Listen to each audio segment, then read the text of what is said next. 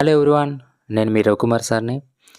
నేను ఈరోజు మీ దగ్గరికి ఒక మంచి ఇంట్రెస్టింగ్ టాపిక్ తీసుకొచ్చాను.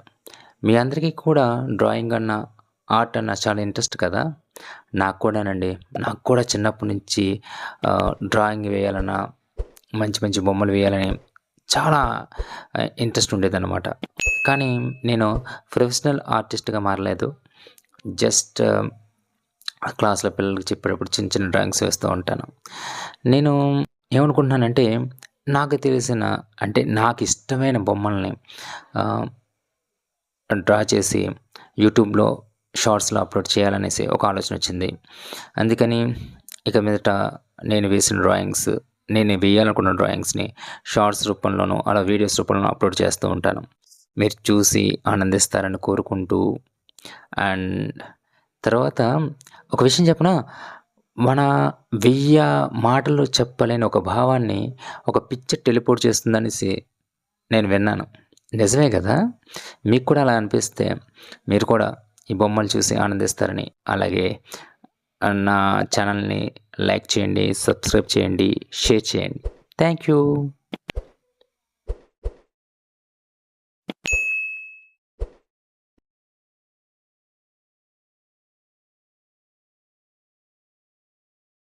Hello everyone. నేను మీ రవికుమార్ సార్‌ని. నేను ఈరోజు మీ దగ్గరికి ఒక మంచి ఇంట్రెస్టింగ్ టాపిక్ తీసుకొచ్చాను. మీ అందరికీ కూడా డ్రాయింగ్ అన్న, ఆర్ట్ అన్న చాలా ఇంట్రెస్ట్ కదా! నాకు కూడానండి. నాకు కూడా చిన్నప్పటి నుంచి డ్రాయింగ్ వేయాలన్నా, మంచి మంచి బొమ్మలు వేయాలని చాలా ఇంట్రెస్ట్ ఉండేదనమాట. కానీ నేను ప్రొఫెషనల్ ఆర్టిస్ట్‌గా మారలేదు. జస్ట్ క్లాస్‌లో పిల్లలకి చెప్పేటప్పుడు చిన్న చిన్న డ్రాయింగ్స్ వేస్తూ ఉంటాను. నేను ఏమనుకుంటున్నానంటే, నాకు తెలిసిన అంటే నాకిష్టమైన బొమ్మల్ని ఆహ్, డ్రా చేసి యూట్యూబ్‌లో షార్ట్స్‌లో అప్‌లోడ్ చేయాలనేసి ఒక ఆలోచనొచ్చింది. అందుకని ఇక మీదట నేను వేసిన డ్రాయింగ్స్, నేను వేయాలనుకున్న డ్రాయింగ్స్‌ని షార్ట్స్ రూపంలోనో, అలా వీడియోస్ రూపంలో అప్‌లోడ్ చేస్తూ ఉంటాను. మీరు చూసి ఆనందిస్తారని కోరుకుంటూ అండ్ తర్వాత ఒక విషయం చెప్పనా?